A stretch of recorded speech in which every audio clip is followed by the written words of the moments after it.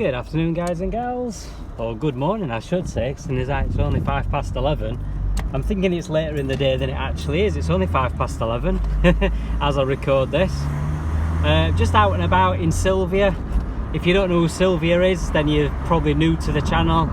Silvia's my 1986 Mark II Cavalier GLSI saloon. Just out and about, just doing a little bit of shopping. Just want to get some paint. I'm doing some decorating at home. I'm having a little bit of break from cutting and grinding and welding today. Well, started off today with chucking it down with rain, and the weather was horrible, and there's chance of rain again a bit later on, and there is a little bit of dodginess in the clouds, as you can see. Well, you probably can't. If I angle the camera up, you can see the sky a bit better. So because there's a bit of a risk of rain, I've kind of decided to do different jobs today, different tasks. And I've just realised I think I've gone the wrong way, because I'm busy talking. I think I've gone the wrong way. And it's alright, I can get this way. I have gone the wrong way, but it's okay, I can get this way.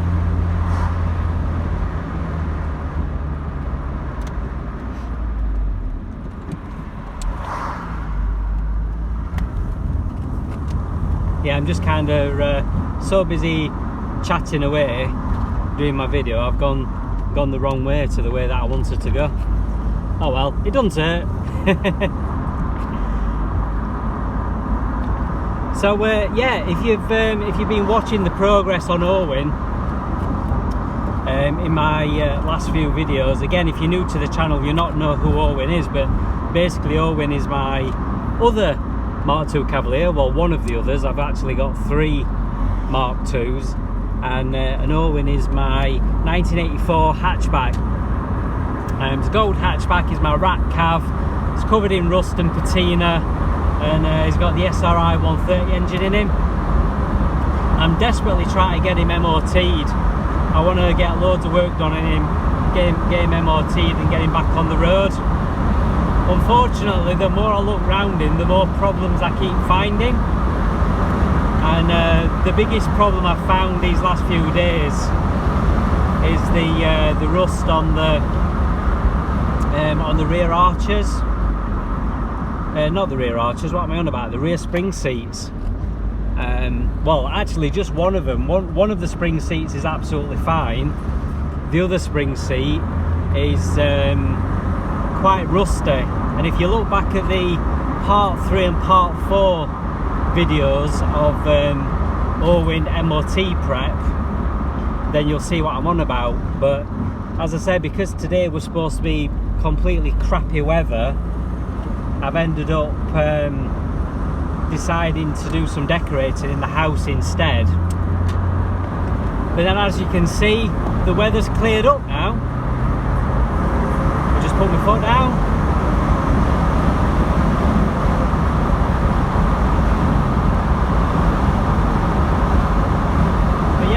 As you can see, the weather has I'll stay in this lane actually. The weather has cleared up quite a bit, and I might end up being able to do a bit of cutting and grinding and welding later on after all. So I'll have to see what kind of a mood I'm in. I will get past the truck. We'll have to see what mood I'm in as to whether I decide to do any, or whether I decide to continue doing some decorating. I'm off work this week, you see, and I've got so much to do on my cards and so much to do in the house. I've got loads of decorating and stuff to do, so I don't really know what to do for the best, to be honest. So I'm going to go and get some paint anyway while I'm out and about. I've just been to one place and they didn't have what I wanted, so I'm just driving down to the next place. So I thought, right, while I'm driving to the next place, I'll do a little driving video for you guys and give you a little brief update. Also, I've finished editing my VBOA Vauxhall show report video. I finished editing it, so I'm going to get that uploaded this afternoon while I'm doing whatever I end up doing. so watch out for that. I'll probably upload this one first, then I'll upload that one afterwards, because this one will be a shorter video.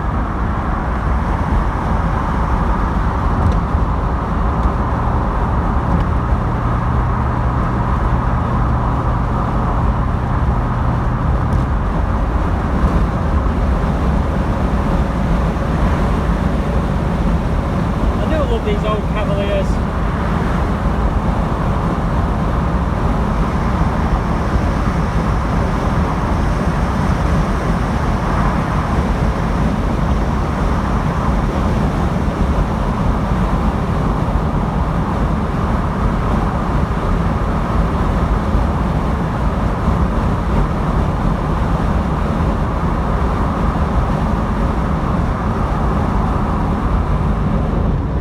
Shut my windows a bit so you can actually hear me, because obviously there's a bit of wind noise when you've got your sunroof open and both windows wound down. It gets a little bit breezy. You've not seen me drive on this bit of motorway because I don't normally drive on this bit. I normally, when I do my driving videos on the motorway, I join a couple of junctions down from this, but I've just been to a place called Hoyland, which is a little town, little village, a bit further north from where I live, but I'm now jumping on the motorway, as you can see. I'm just heading a couple of junctions south, so hence why I thought I'd just do these couple of little driving videos for you.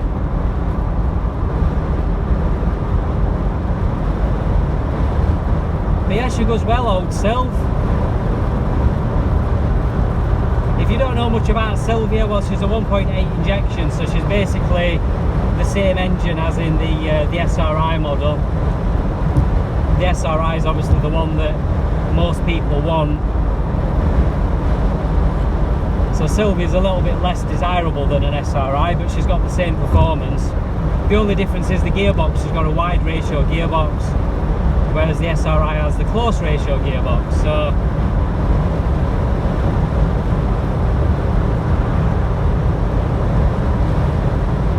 that's where your main difference is in the gearbox ratios. Yeah, this is the junction where I normally join. A little bit of a strong crosswind today. I can feel it blowing me about a little bit.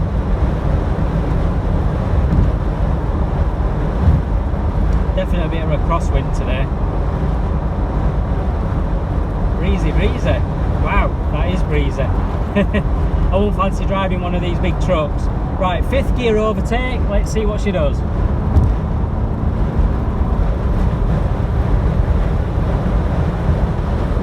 No problem. And like I said, she's completely standard apart from wheels, tyres and suspension. Engine, exhaust, completely standard. She's got no performance modifications whatsoever. The girl I bought her off, a girl called Aurora, she described Silvia as granddad spec, because obviously she's not an SRI, she's not a caliber, she's not a high performance version, she's just a granddad spec as she described her. But for a granddad spec, she's got some get up and go. I mean, these are rated about 112, 115-ish horsepower. So, not exactly anything to write home about, especially in this day and age. I mean, this day and age, that's nothing, is it? When you think there's 130, 150, 200 horsepower, is pretty much run-of-the-mill. I mean, back when this was new, the Sierra Cosworth with 205 horsepower was mind-blowing, whereas today 205 horsepower, it's not really, is it? But the problem is modern cars are so much heavier.